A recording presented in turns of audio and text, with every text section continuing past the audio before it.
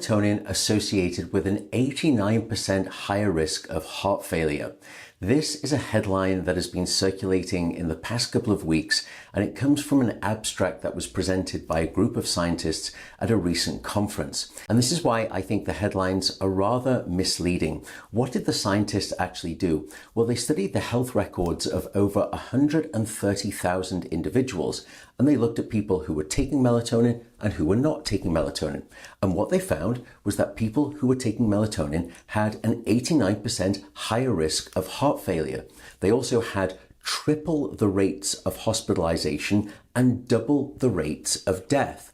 Now, if you listen to that statistic through the media, you would think, my goodness, melatonin is very unsafe. You have to be very careful here. This is simply what we call an associational study. It's just a correlation. It does not prove causality.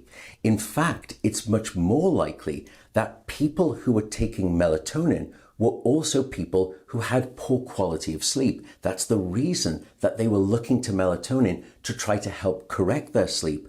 And it's the bad sleep that they were having that they were trying to take the melatonin to help with that was associated with heart disease, heart risk, and heart failure, because we know that poor quantity and poor quality of sleep very much are linked causally to cardiovascular disease. So for example, it's the equivalent of people saying, well, those individuals who go to hospitals are much more likely to die than those individuals who go to hotels.